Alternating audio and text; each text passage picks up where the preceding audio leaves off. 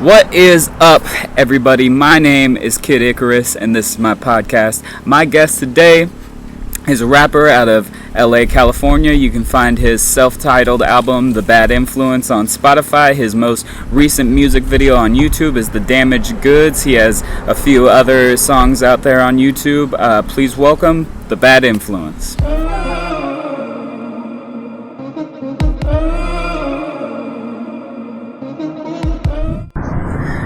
Alright, so we are now recording. So first off, yo, how you been? How's your week been? You been doing anything this week? Any shows? Any music getting made? Not shows in particular, but yeah, man. Luckily, I've been focusing on some features. I'm working with Onyx, Fragile Star from Onyx. I have him on a song. They actually put me out because I have this collaboration with this group called COD, which is like a couple other artists from Texas, Seattle, kind of like East Coast. So all these artists kind of like come down. So these cats, they recruited me. Some dude named OC, the General. He's like an older, old school rapper, and he put me on some tracks for about like a year now. And then recently, he's the one that hit me up with some like tracks with then he was like Chino XL, Bishop Lamont, Fragile Star. Okay. So once they sent it my way, I just got busy. Yeah, some pretty big names and stuff. How'd you get in touch with COD? Honestly, ironically, like back 3-4 years ago, the Yoshinoya by my area, there's this one cat who I used to go there all the time and we used to chop it up. His name's Dreamer. He's a rapper. And he's the one that always told me, yo, I'm part of this group called COD. Okay. So then we kept in contact, and then dude moved out to Texas about 2 years back. So then what's the trip is that I've been rapping for like maybe, I want to say like 12 years, but I didn't take it serious till like 2 years ago. Like when I actually was like, I'm gonna do it. But before that, I never did it. I was like, I do it for fun. You feel me? Like with the homies, and we're drinking, you smoke up, whatever.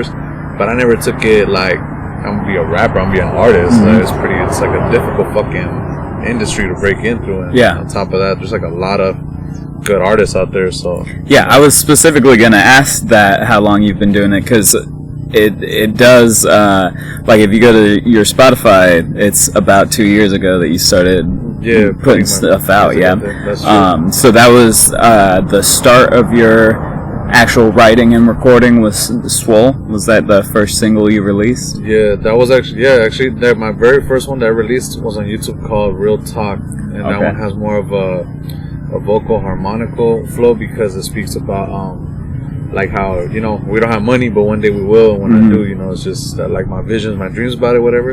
So then. That's the first song on for your album, right? Yeah, Real Talk, yeah. And what's the trip is that, that whole album and everything, I never like really done an album before. I never really even knew how to pull them together. So every day I just kind of like jot down what I have, and I use my notepad on my phone or whatever, and I just get stuff going. And it wasn't until a homie that I was cool with was like, yo, you should come to the studio. So I started going.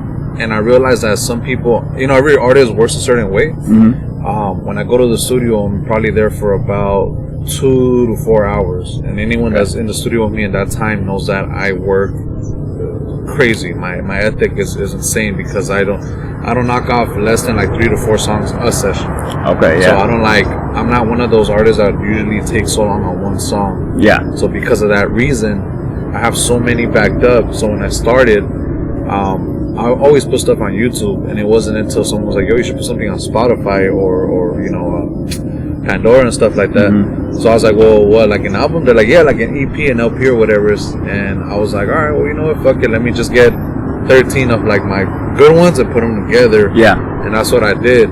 But very honest with you, bro, it was like my first attempt at an album or anything. So like what I'm got worked up now for the next couple months is gonna be very fucking different and more more crazy. Like focused, more precise. Yeah, exactly. Because on that album, it was just basically like my day-to-days, my reflection on certain situations and stuff in my life.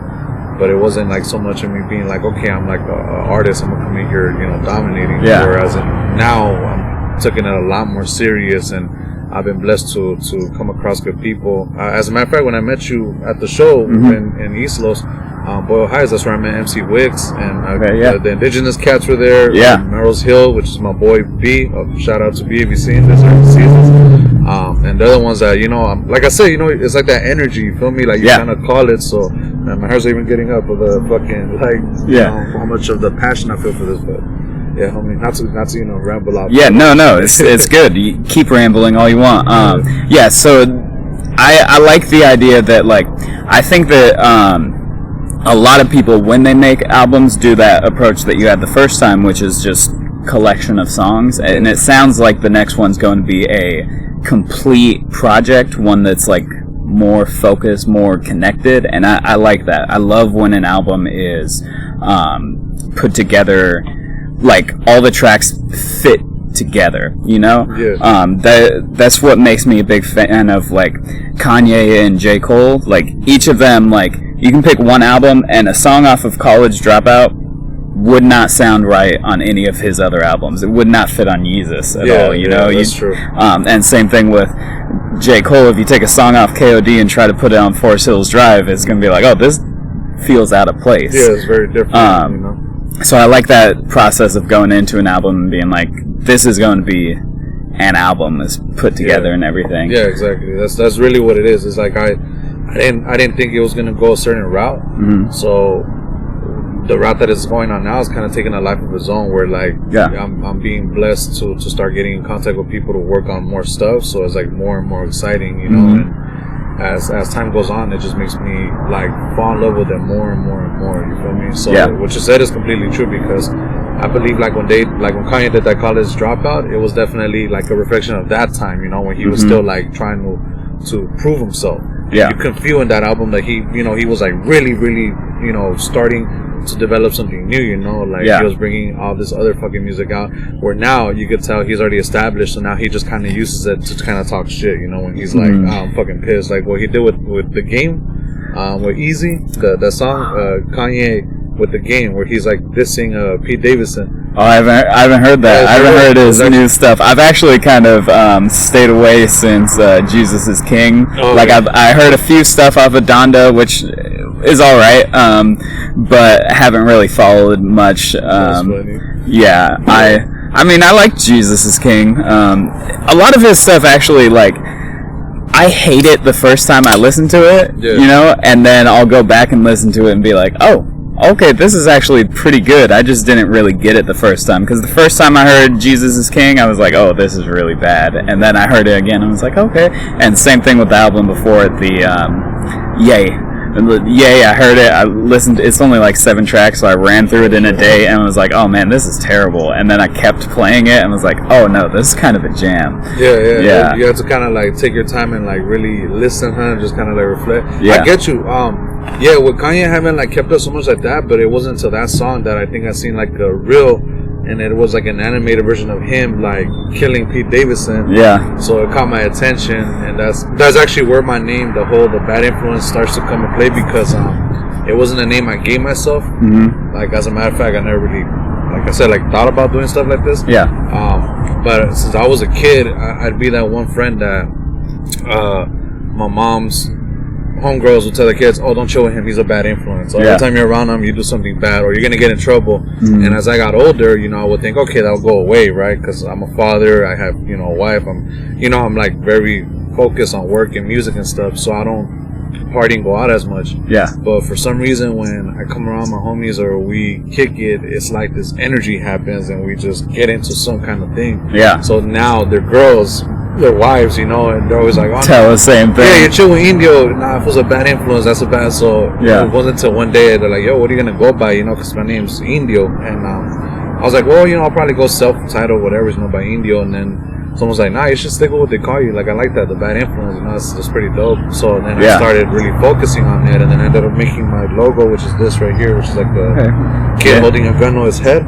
Because that's basically what it was. It wasn't like promoting like suicide. It'd be like, oh, like kill yourself or stuff like that. It's like, in this world, I believe you can be driven to a point where you can think about like, oh, I want to call it quits type shit, but you never go through it. So no one ever captures that essence of what it looks like when someone's thinking about it. You know? Like not where they've done it or they're gonna do it, but where they're, for 1 minute, you're like, damn, this world's driving me insane. So, you know, fuck, like, you know, it's one of them thoughts. But then you start realizing that when you overcome that, it just makes you more stronger. So then from there, I started kind of like, okay, well, I want my stuff to be controversial, you know, I want to like spark, you know, like some kind of like thought in people's head. I want them to get to think. So that's kind of what I mentioned was like when I started the first album or the first songs, I did really more reflect on what happens in the streets, what I've been through, the justice system, you know, betrayal with homies, close people, family members, death in the family, you know, like stuff like that. Real personal stuff, whereas now I'm starting to have more fun and play with it, and now I'm starting to be more like, you know, like you know, having good times, fucking with stuff. Still, you know, some serious issues, you know. There's actually a song that I'm working on that I've already done. I'm just waiting on the other half, which is the business side, to like kind of agree with it, and if it goes well, then we'll have a music video come out. But it's definitely something that might spark some controversy. But what if you have a criticism of general society, what would it be? What do you think is a view that you have that is, like you said, controversial, that would make people mad, that you think they're doing wrong? Yeah, the one thing I don't like is the world's too sensitive. I think they're way too fucking sensitive. These kids, these generations, and it's even the older heads, you know, it didn't even be like, but they're way too sensitive. I mean, what they see, what they say, the school, words, the marks, even the pronouns and stuff, man. I got a gay brother. I have, you know, people like that in my life, so it's like nothing to him. And I tell him all the time, like we talk about it, and he's like, oh, like it's him, he, stuff like that. I'm like, look, I don't like hate why you're saying it or what's going on, and get it. What I don't like is that you get offended if they don't call you that way. Yeah. And you can't get offended, you feel me? Because some people are brought up a certain way. So then that brings on that social issue of like today's generation is like they want to change everything. I mean, I grew up to Aunt Jemima, now it's at the Pros Millen Company, you know. I grew up to the Washington Redskins, now it's the Washington team. Yeah. You know? So it's like not hating on it, where it's like, okay, I don't understand why they changed it, but it's like, I understand change in process, but you can't get offended. Like, you know, you understand, like you can't be so easily offended by everybody, or else you're going to make a generation of kids that instead of defending themselves and being these strong, you know, dudes that will stand ground in battle, or women that are going to, you know, go head on with, you know, problems, they're going to think that someone around them is just going to stop and, you know, basically cover them in a bubble wrap and keep them, like, you know, all safe and protected. Yeah, it's the rise of anxiety in our society, you know, tons of people on Xanax and stuff because they think everything's supposed to be safe. Everything's supposed to be okay. Yeah, that's a fucked up problem right there with the world. And I'm a father, bro. You feel me? Like, I have a kid. He's 8 years old. And I got a newborn baby. So I teach my son all the time. It's not like something that I'm not just saying, but as a parent, as like being through the system, myself also, the justice system, being a convicted felon, having stuff in my life, you start realizing, okay, if I saw the world like that, can you imagine how, like, no offense, but I wouldn't be a sensitive little bitch. I mean, like, I'm a fucking man, you feel me? Like, at the end of the day, I have kids and I have to show them, because, you know, when you come across something that's really vicious and evil in this world, my kid one time told me, he's like, yo, do monsters exist? I'm like, yeah, they do. Yeah. He was like, oh, for real? It's like under the bed and, you know, like the boogeyman stuff. I'm like, nah. I'm like, they look like you and me. It's like, but you wouldn't even know they're monsters, you know? And he's just like, what? I'm like, yeah, I mean, I've seen some heinous stuff, some deviant stuff. Unfortunately, you know, some bad stuff has happened around me and just good people that didn't deserve it. Whether it's, you know, we're Latinos, right? So one thing that really isn't spoken for, and I've mentioned in some songs, is it sucks how a lot of girls in our thing get raped at such a young age, or get molested at a young age, you know, and it'll be by like their uncles or their, and it's like very, very common. I mean, it's one of them things that people are like, oh yeah, I've heard about it, but I swear to God, if you have a cousin, a female, or a friend, or a girlfriend, or a homegirl, at least them or someone they know has been a victim, you know, at some point, and they're so normalized by it that now they're like, you know, desensitized. So by the time you reach them and they approach them, they're like, oh, you know, it's cool, I got over it, whatever. But you know, deep down, they're like scarred by it. You know, it gives them trust issues where they're walking, they're looking behind their back, you know, they're doing stuff.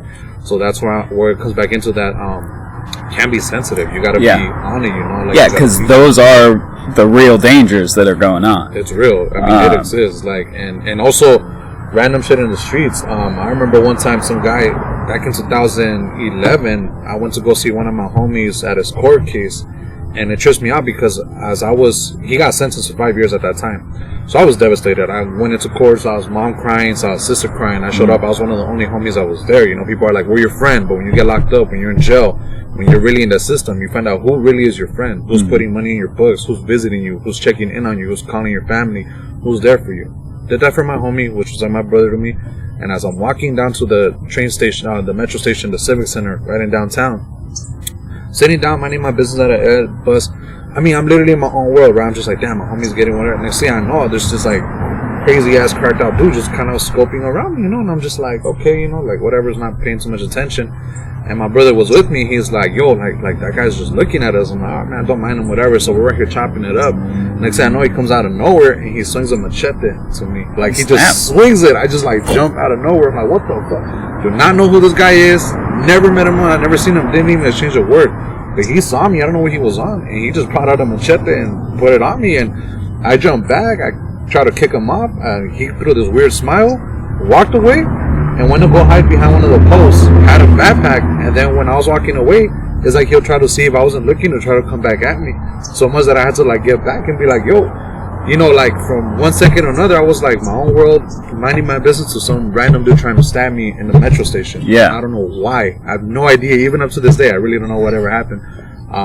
At that time, I think I was like 18. So I was like, what the fuck? I was still a kid. I was still learning. I was like, yo, what the fuck? And then he got on the first train that came. He just saw me, put a weird smile, got on the train and booked it.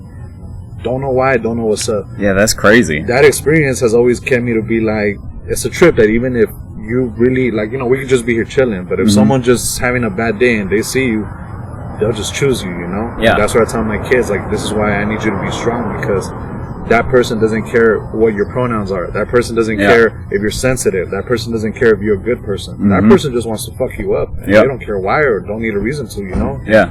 When you start being more real about it, you can do one or two. You can be afraid and be like, oh shit, the world's a scary place. Or you can, you know, realize, okay, I just gotta watch out for these fools. And know how to protect yourself and, you know, be smart and vigilant and be very aware of your surroundings more than anything. So, I mean, you get me? I speak out of like real, that this is real stuff, reality, you feel me? Things like that. Yeah. So. I went down this YouTube rabbit hole lately of these just disturbing videos. And sometimes it's stuff like, oh, this person keeps dead bodies in his house as like human dolls, and it's like, okay, that's creepy, but like he dug them up. Like it's not like he's a murderer or nothing. Sometimes though, like it'll just be Ring doorbell videos of people, just random people. Like somebody will be coming home, open their door, and somebody will run up and follow them into their house. That's true. Or like random attacks just happen, and it is the case where like no connection. The person had no connection to this attacker. They just saw somebody who they thought was weak and was like, well, I'll take advantage of this opportunity that is presented to me. And that's why it's important to be strong instead of safe. It's much better to be strong in a dangerous situation than safe and then possibly fall into a dangerous situation. Exactly. No, that's very true. I'm actually, you know, what's the trip is that aside of like my love for music, whatever, I have a big passion for guns. Okay, I love the Second Amendment, right to bear arms, even though they took my right away, so I'm not allowed to bear arms. But prior to that, or regardless, I would always go to the shooting range, and I actually like learned how to use a gun. So I wasn't like one of them cats that I grew up with guns, I know how to use guns. Nah, I'm gonna be real with you. As a matter of fact, guns were around me my whole life, and it wasn't until I was like 19 that I picked up my first one and shot it, and wasn't even in a dumb way. It wasn't like I'd killed anybody, but I was curious. I was like, how do I use it? So one of my buddies who was in the Marines was like, yo, if you want, we'll go to the shooting range and I'll teach you. Okay, I'm down. So we went. I went with my girl too, and then, you know, it was straight up off the bat, like, do you know what's up? No. Okay, here's a dummy round. I'm gonna show you how to if it gets jammed, how to unjam it, how to load it, what you do, how to have your gun, your finger, and everything. So when I went, I was like, okay, cool. You know, I started, you know, hit the targets like everybody else. I'm learning. I hit my gun back because, you know, when it shoots, I don't know if you ever shot. All right, there you go. So I used the Glock 22, Glock 17, Beretta 45, Smith & Westerns, and I've even shot a semi-automatic AK-47. Okay, so, Full Metal Jacket, you know, just da. Because even though you want automatic in California, they don't, you know, allow them the semi-automatic. So anyways, long story short, just to not get too ahead, it's, Fell in love with it. I saw it as a stress reliever. So much that on weekends, me and my wife would both go, spend about 2 hours there, then go have some lunch, and it became like a sport to us. Because we felt, my life has actually been in a position where I have and can come across cops that I can tell are waiting for me to fuck up. And maybe use that as an excuse to put me down like a dog. So what I told my wife was, I'm afraid for my life, and what I want to do is be able to overpower anybody that ever has a gun towards me. Not just because I want to overpower them, but because if I don't know how to use a gun, I'm fucked. So are you. Her being my wife and us having kids. So we know how to use guns very well. My boy, who's 8 years old, I'm actually getting him in the position to learn. And people out there might be like, well, that's wrong to teach a kid about guns. But as you can tell, and as everybody clearly knows, we live in a world where somebody can go to school and kill these kids. I mean, and it's fucking horrible. That's the kind of monsters that I'm talking about. Like you were just saying, the predators that go into. I've seen the Ring doorbells where like some people open for a delivery. And it's like, oh, delivery, okay, like sign. Oh, yeah, you got to sign. As soon as they open it, like he rushes in and a whole group of people rush in. And you hear that the kids got shot or parents, going to the hospital. So I told my kid, look, if I want you to use a gun, more importantly, I want to be the one to teach him. I mean, I don't want his fucking friends or some other idiot being like, oh, I'm going to use a gun and like show him the wrong way and my kid get himself killed or God forbid kill somebody else and life behind bars. And that's it, game over for him. So those are the things that I believe that I believe that instead of like teaching kids that guns aren't safe or that whole like, oh, we should ban guns, it's like, no, you should teach your kids about these things. If you teach them what's up, if you teach them this and that, to respect them, exactly, and you understand that it's not the gun, it's the person behind it, because the gun is like a device. It's a tool. It's just there. This microphone's there, and if someone comes and gets you, beats you to death with it, it's a weapon. It's literally how the person perceives it and what they've like taught how to use it, how to be smart with it. And that's how I am with about guns, with music, with stuff like that. I mean, I am how I am, and I've been through stuff, but I believe at a point I am in my life, I just hit 30 in November, so it took me a minute to get to where I'm at, and I'm very proud of it, because I used to always wonder why. I used to always be like, why does this happen to me? Like, I used to be one of the people that I felt like the world was after me or attacked me or things didn't go my way, and I felt like someone wished it bad on me, There's times where I somewhat believe that part, at least, where like people do wish bad for you because envy is real, jealousy is real.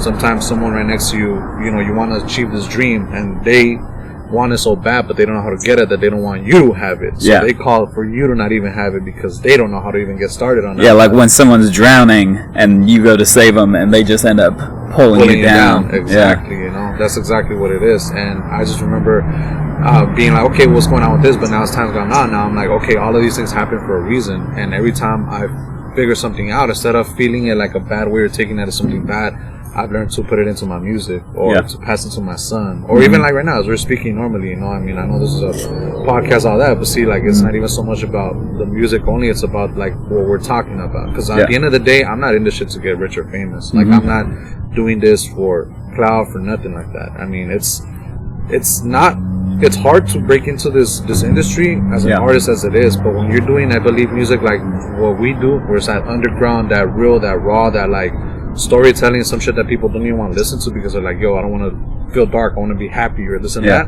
Those are those things that I believe it's like more harder because you're tackling issues that nobody wants to talk about. You're doing that stuff that people aren't doing, and so it makes you seem more like, I don't know, should we listen to this guy? Should we not? Should we see? Especially, when they see how you look or what you're repping or the way you dress your stuff, they're like, I don't know, I mean, this guy can be just like everybody else, But you start realizing that when you're more true to yourself, you become more free and you really start becoming more like, you accept everything as it is. So you accept yourself, and then the world either has to accept you or they can fuck off, but you're not going to change yourself for them, so things like that.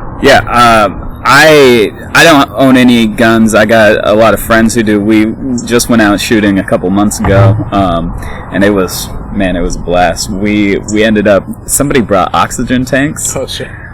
Which I did not know explode when you shoot them. I thought they would like explode as in, but like they're air. So I was like, there's not going to be a fireball, but no, there is a huge fireball, and it was kind of terrifying. But yeah, I feel it the same way where like I actually think it's so strange that like there's a big group of like feminist activists that talk about how scary it is to be a woman walking alone, but those same people will be anti-gun, like ban guns, when it's like, well, if you want them to feel safer, give them a gun. Yeah, exactly. Because it doesn't matter how small, you can be a 90-pound woman.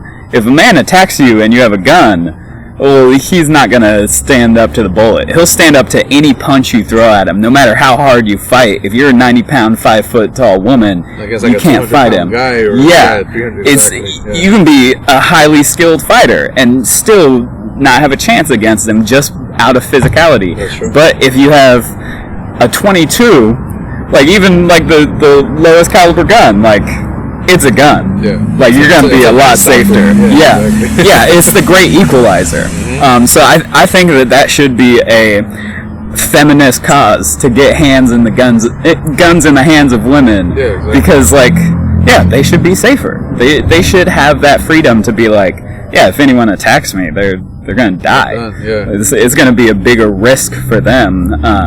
That's one of the problems about having a safer society is like, well, it's also safe for monsters. Like they feel safe because they know like no one's going to fight back against them. The one thing I hate right now that you mentioned that exactly, I believe that this society protects them more than it protects us in some aspects, because back in 2010, I believe it was, or 2011, around that same time, there was this one teacher, I don't know if you ever knew about it, but this fucking sick motherfucker had these kids eating cookies with like his sperm on it. Yeah. And when he got caught, he went to jail and got in protective custody. Oh, yeah. I mean, they didn't put this fool in public, they didn't hang this fool, they didn't even castrate this fool. Yeah. Which they should. I believe, that I really do believe in that. And you see it happen over and over again. Like, basically, these guys know that they can attack women, kids, and they're not going to get killed, they're not going to get beat up, they're going to go to jail, and they're going to be put away from general population because they know that real guys, like myself and people, like you and we know, will fucking kill them, will whoop their ass or give them, life on hell on earth type stuff. But I really do believe exactly what you said is very true. Like it does make them feel safer, because that's one of the things that gets me more on edge, and sometimes where I'm just like, my girl's like, I'm gonna head out, and I'm like, okay, you got this with you? Yeah, I got this. Okay, just be careful. And she's like, well, why, and I'm like, yo, don't forget, this happened. And one time it almost actually happened to her in front of me, which was one of the most scariest things that I had been a part of. But we were doing Uber Eats, delivery driving about 3 years ago. So I was helping her out on her routes. I was driving, she was getting off, delivering the food. We've been doing it for a while, so it didn't seem any different or whatever. It was daytime. Off of Hollywood and Highland, right across from that bowling thing that they have right on Highland, there's a bowling alley there called, I think, Hollywood Bowl or something like that. Not like the performance, but the alley. So right across, there's some apartment buildings, and as I pulled up in the alley, she's like, okay, I'm gonna get off and do this. I'm like, all right, cool, go ahead. So she got off and she went, and ironically, there was this white van in front of me, so I couldn't move. I couldn't go forward. So because of that reason, I had to back up. Bro, as soon as I backed up, I don't know, somebody told me look this way, and I looked this way. My girl's walking, and this cracked out white dude just starts running towards her. I mean, just running towards her.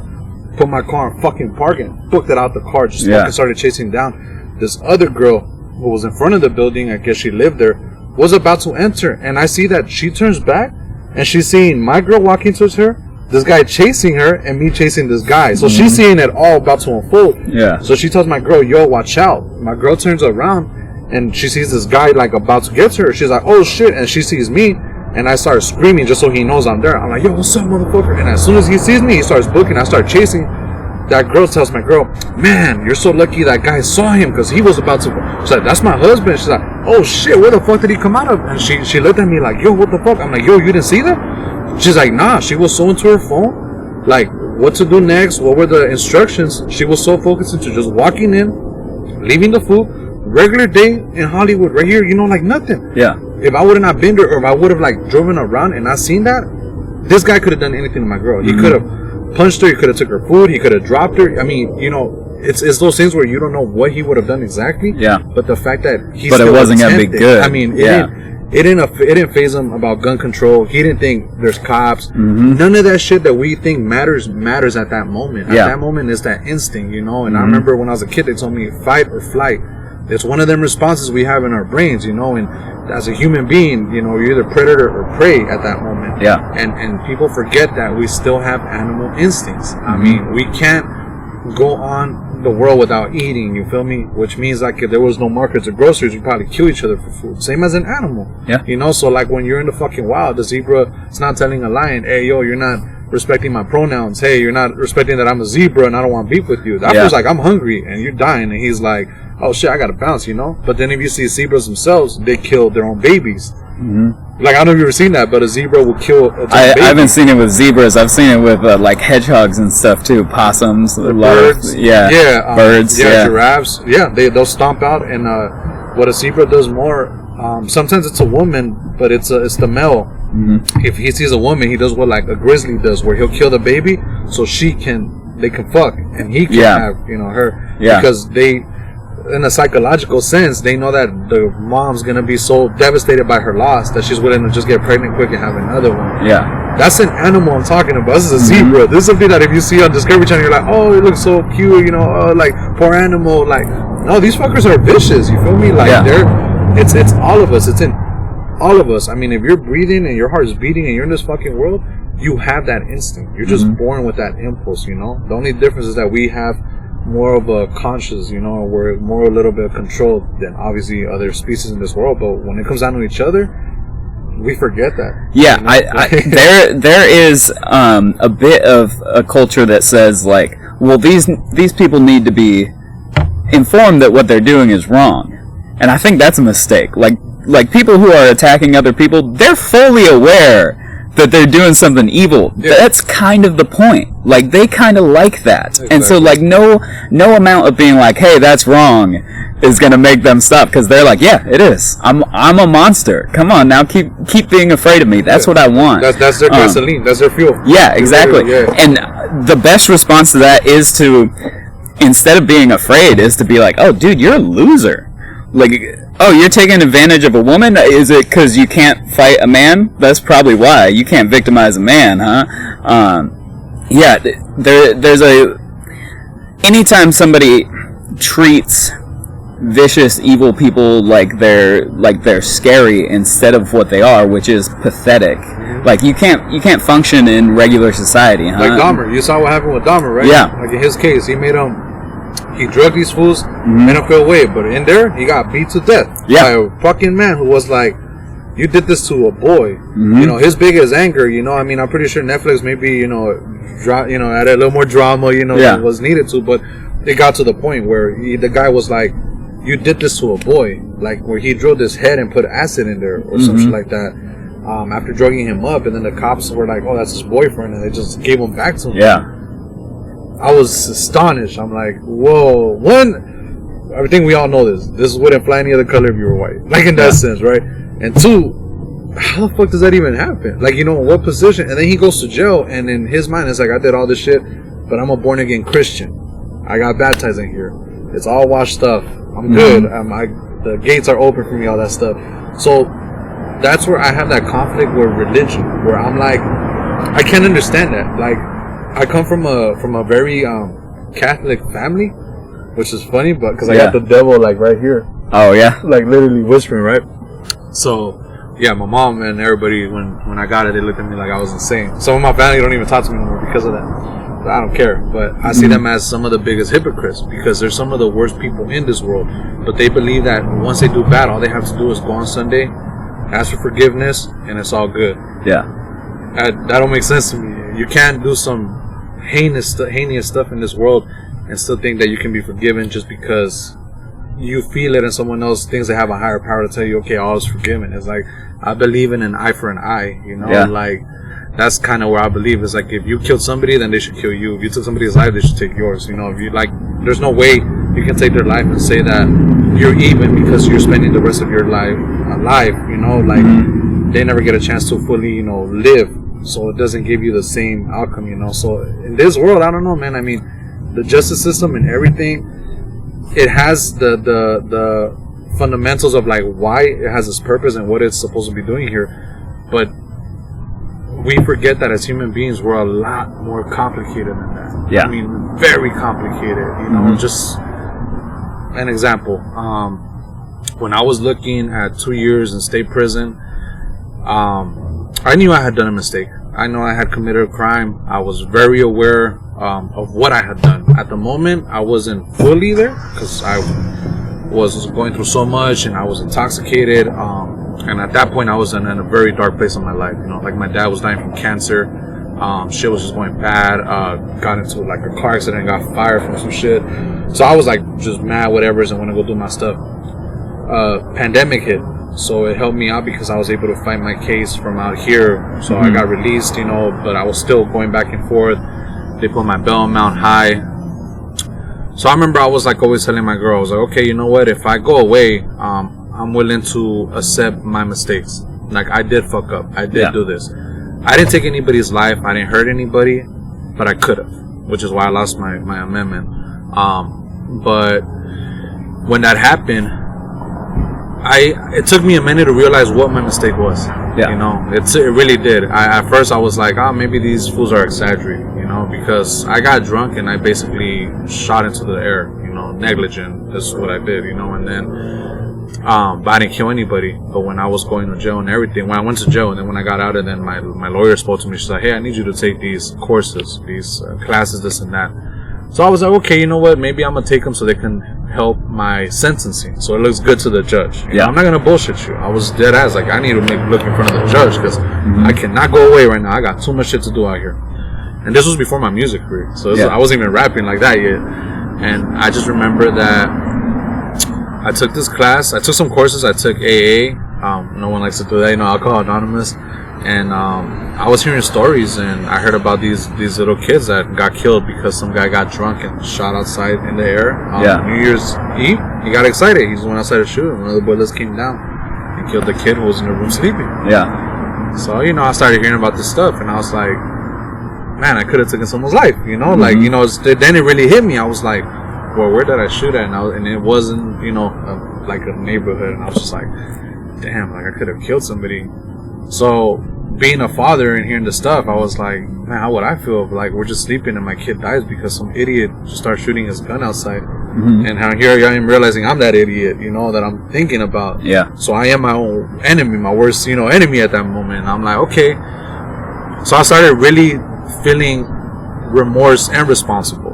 At that moment, I started feeling like, okay, yeah, I got you. Like, you really, like, you're right. It could have gone way worse. I even told my lawyer. Because at first I was like, you know, like, really? Like, I didn't kill anyone, though. I didn't do anything like that. And she was like, yeah, but understand that you could have. Understand that, you know, this and that. Understand that all of this made a difference. And I was just like, okay, well, I guess, you know. And then I would hear Alcohol Anonymous, too. I remember this girl, she was talking about the story about how she would get drunk all the time.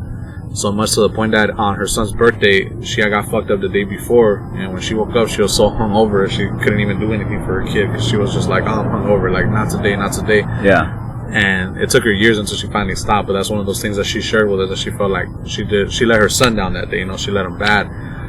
So I started realizing that when I fucked up, it wasn't so much that not only did I fuck up, but I was letting my kid down. Yeah. I was letting my son down because I wasn't showing him the kind of man that I would want him to be. As a matter of fact, I wasn't even being the man that I wanted to be. At that moment, I was on a spiral. There wasn't a day where I couldn't wake up, bro, and not have a bottle of Bucanas with me. Like the 350 or 750, the 325 or 750 one. Because, like I mentioned, you know, my dad did die from cancer. He died from brain cancer. When that shit happened, it was like fast. Like the process was insane. So it's like he was diagnosed in January and he died in October. They found stage 4. By the time they found it was late. It was like glioblastoma. So it's like one of them silent killers that starts like around here. Yeah. By the time they find it, it's too late. It already spread through the whole brain, whatever. So I would, you know, be fucked up on a daily. And when, you know, shit started getting real, and then my sentencing was coming up, I'll never forget that day because it was like one of the longest days of my life. It was about, I think maybe 7 hours of like going back in and out of the court and taking that like little period, because it was like a pre-trial. I had gone to preliminary, I had gone to my arraignment, I had gone to everything, and then when we were gonna go to trial and sentencing, my lawyer that day, she was like, yo, we're gonna go in and we're gonna fight for this. So I was like, okay, like I'll like I'm ready, I'm ready. So I told my girl, you know what, like if this is it, just take care of my boys out here, make sure we're good, make sure everything's straight. I'll still, be helping out as I can from in there. So I remember, because of the COVID, they couldn't be with me in the courtroom. They couldn't be with me even in the fucking courthouse. Like they had to be outside waiting in the park, which is right there in downtown, like by the city hall and all that stuff. So I remember I went there. Grand Park. Where like Temple is, the Fitzgerald, the Superior Court. Yeah. Okay, that's where. That's. Well, we've all been there. I used to be a process server, so I used to go there every day. Okay, that's where I went. The Fitzgerald, that one. Okay, so So anyway, so long story short is that when I went up there, the officer that arrested me, his name is Officer Watts. I'm just gonna share this because I'm gonna show you how the system works. Okay, like when I got arrested, he interviewed me. I remember that. I got arrested. I remember what happened. I remember being taken to the fucking jail, the station. And he, another thing too, man, is if I can clarify and put it out there, don't get arrested. It's not fun. I mean, I don't care what these movies tell you, these things tell you, unless you like your dignity being taken away, it's not fun. Yeah. There's nothing cool about being in there. I can tell you from experience, from my friends, from my family, and even my homies that call me there, and my brothers that check on me, and I check back and forth, and we help each other. It's not a place to be at. You do not want to get butt naked for no fucking guys. You do not want to be put through that shit. You don't want to shower with other men. You don't want to be only with other guys. I mean, if that's your thing, cool, but I don't think that's the way you want to experience that. You feel me? So after I got put through that humiliating process, making sure I had no contraband and stripping butt naked and all that shit, I got put into the interrogation room, whatever. They were arresting me, processing me to CJ, to Central Jail. And this guy named Officer Watts interviews me. And I'll never forget his name because I lived in South Central for a minute. So out there, Watts stands for "We ain't taking this shit." So when I saw his name, Officer Watts, I was like, "Oh, that's what's up. We ain't taking this shit," And he was kind of laughed about it. "Oh, that's what's up," Yeah. So he pretended to be my homie, which the cops do, He's like, "Hey man, look, just what do you know?" I didn't fall into a trip, we're homies, but I was so fed up with the situation that I was just like, "Look, man, yeah, I did it. This and that would be real cool." When it all happened, I told them where I had the strap, and the reason why I'm sharing these parts of it is because it's important for you to realize that as truthful as you can be to the system, and I mean as honest as you can be at the moment you're arrested, I found out in the long run, none of that shit matters. Because when I told them everything and I was very honest and truthful, I didn't do it. I believe in the street code. So I ain't rat on nobody. Nobody went to jail for me. Nobody did nothing for me. Nobody did my time, and nobody took any blame. As a matter of fact, I only got arrested because I took the blame. Yeah. Like shit, they were gonna arrest the wrong person. Like literally, I could have just stayed quiet, and they were arresting the wrong person. And I was just like, nah, I did it. I can't let that. I saw April's mom crying. I saw everybody there, and they were like, oh, they're gonna take that for the jail. So Apple won't make it in there. So I was like, leave that fool alone, dog. I did that shit, whatever. Oh, what'd you say? What'd you say? The cop all happy. Yeah, fool, I did that shit, whatever. It's like, oh, alright, where's the strap, homie? It's in my car, fool. Like, just leave that fool alone already, fool. He ain't do nothing, like, whatever. So when I went to jail, that's what I told the cops. Yeah, I did it. I told the cop this and that. Cool. So in my eyes, he was like, okay, you cooperated with me, this and that. Yeah, alright, cool. Alright. And then they let me out. Recognizance, and they put me back on the trial. Fast forward a year later, I hadn't seen this cop for 1 year. So I don't think he remembered what I looked like. So when I was outside of my courtroom, I happened to be sitting next to him. But he didn't know I was me. Yeah. He was there in his good, like attire, his business suit, look, good. Not like a cop, he's dressing professional and everything. With some other cops. Then this white lady comes out, this prosecutor, I'll never forget her. She's a little short, fat bitch. I fucking hate this bitch. She comes out. None of them know that I'm there. They're literally going over a game plan to put me in jail right next to me, bro. Yeah. Falsifying everything that happened. And I'm right next to them hearing everything. She tells them, alright, so when we go in there, tell the judge that this is how you found the gun. Tell the judge that he refused to do this. Tell the judge this and that. We need to get him in. To them, it's a win. The prosecutors don't give a fuck if you're a hardworking individual who made a fucking mistake. They don't care if you're a provider. They don't care if you're a son, a brother, a father. They don't care. What they see is numbers, and it helps their job. They want to report back to their boss with good numbers. They want to keep the money and cash flowing, and the justice system. They want to move up to DA. This is a billions of dollars industry. I mean, private prisons exist. You know, GEO, that's a private prison. You know, they're companies that they take government contracts. They build facilities. They house these inmates. They provide the facility, the officers, the food, and everything. But they're getting paid. Each inmate in there is paying them thousands of dollars to keep them, because the taxpayer is paying them that money to keep us in there and out here. It's a fucking scheme. It's a fucked up system. So when I was there, you know, it's where I kind of got a glimpse of like the way how fucked up the justice system really is on my end personally, where I saw that this cop who about a year back was in front of my face, and I told him the truth, and I was very honest, was right there with her on the same game plan to be like, yeah, okay, they were gonna say that they found a gun with good police work, that I bullshitted them and they found the gun on their own, that I was a bad guy, that I resisted, all this shit. I was next to them the whole time, and at that time I had to let my hair grow. So I usually don't have it longer than maybe like a 3 or 4. So it's like a little afro kind of. So yeah, I was next to them. They didn't even know that I was there. And I was just sitting there listening to them. Yeah. My lawyer happened to be doing some paperwork down on the office downstairs. She was on the 2nd floor. I was on the 3rd floor. So she comes back up, and they happen to go inside. And something happened where like the judge had to delay my case by an hour or something like that. So then Officer Watts and her come back out, and he starts telling her, hey, I gotta go, you know, like I just can't, you know, stay here, I got some stuff to do. So she's like, okay, I'm gonna try to reschedule it for tomorrow. We'll do this shit tomorrow. So I'm hearing this, I'm like, god damn, I gotta come back tomorrow, like I just want to get this over with. So then he leaves. 30 minutes later, my lawyer comes back, and she's like, okay, I'm gonna talk to, you know, him and see what happens. So she goes inside and comes back and tells me, hey, the prosecutor wants to reschedule this for tomorrow. So I was like, oh yeah, like they're trying to nail me, like they're, you know, trying to find anything. So I'm like, so what are we gonna do? I can't, just I have a busy day tomorrow. She's like, I'm gonna push for this right now. We're gonna do this now. She's like, but I'll be honest with you, that lady wants you in there.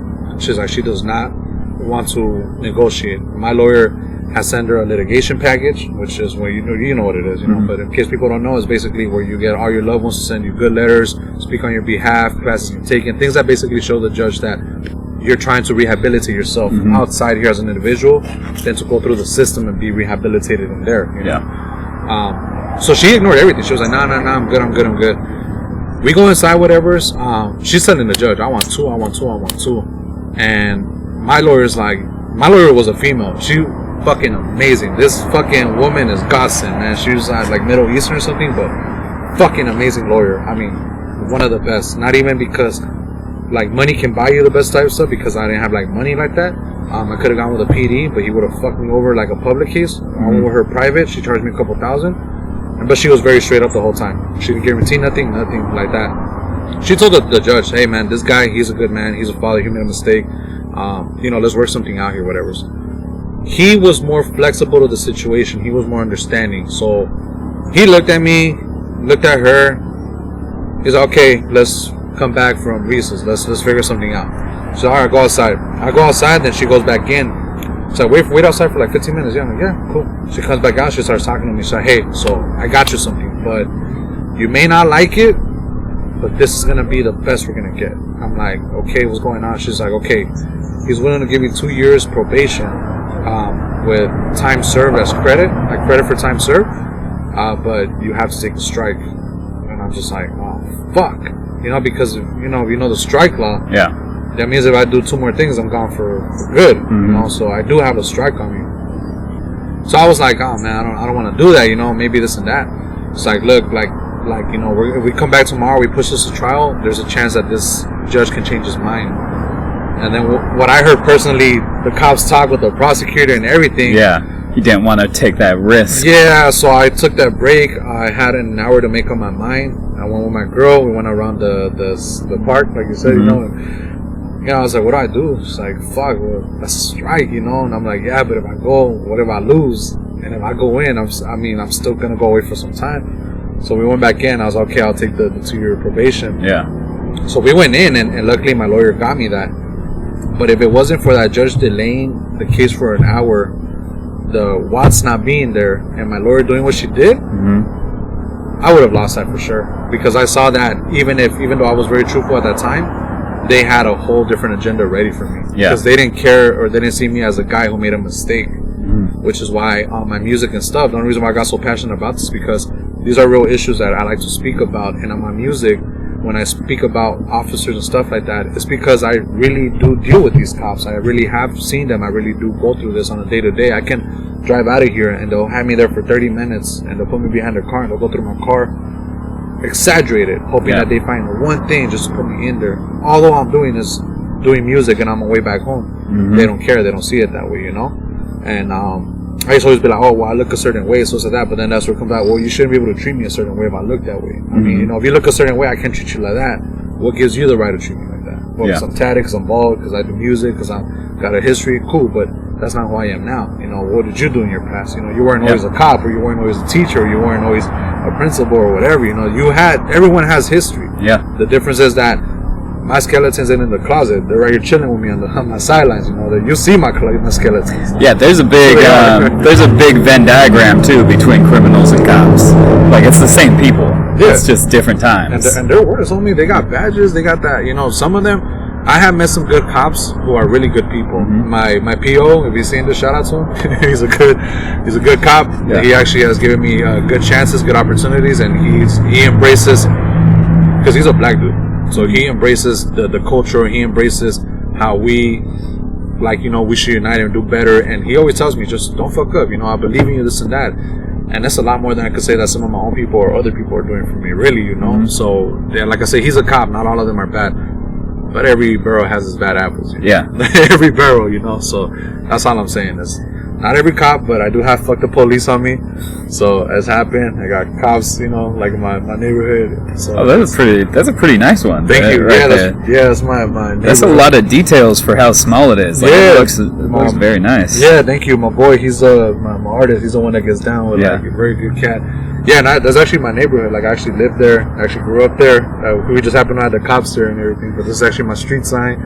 All that. I went back there to take photos, like Cynic, and then I just collaged it, and he was like, fuck it, let me get to work. Right on. And made it happen. Right on, man. Well, that was a fantastic podcast. We're reaching the end of it, but I really enjoyed listening to these stories you got, man.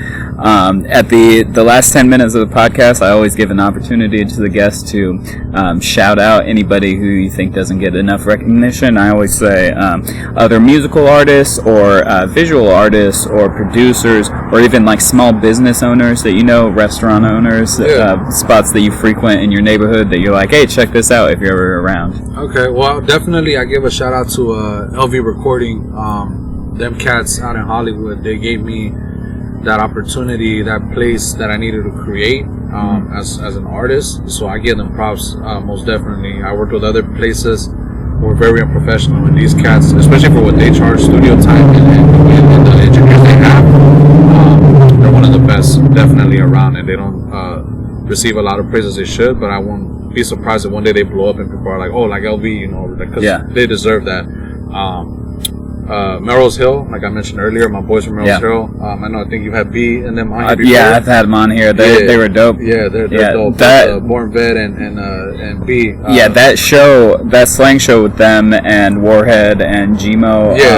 It was a fantastic show. Like, it really was. Front to back, every artist was on point. Yeah. As a matter of fact, who you just mentioned too, Gmo. Respects to him too. Yeah, right. Gmo and In the Cut, which I think is like their brand or who he associates with.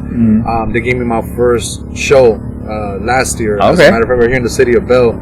So shout out to them too, because I had never performed live and I was actually pretty nervous. And they saw me at some other place and they saw me joking around and came up to me because of my personality. And then they booked me. Like within 24 hours, I was there performing.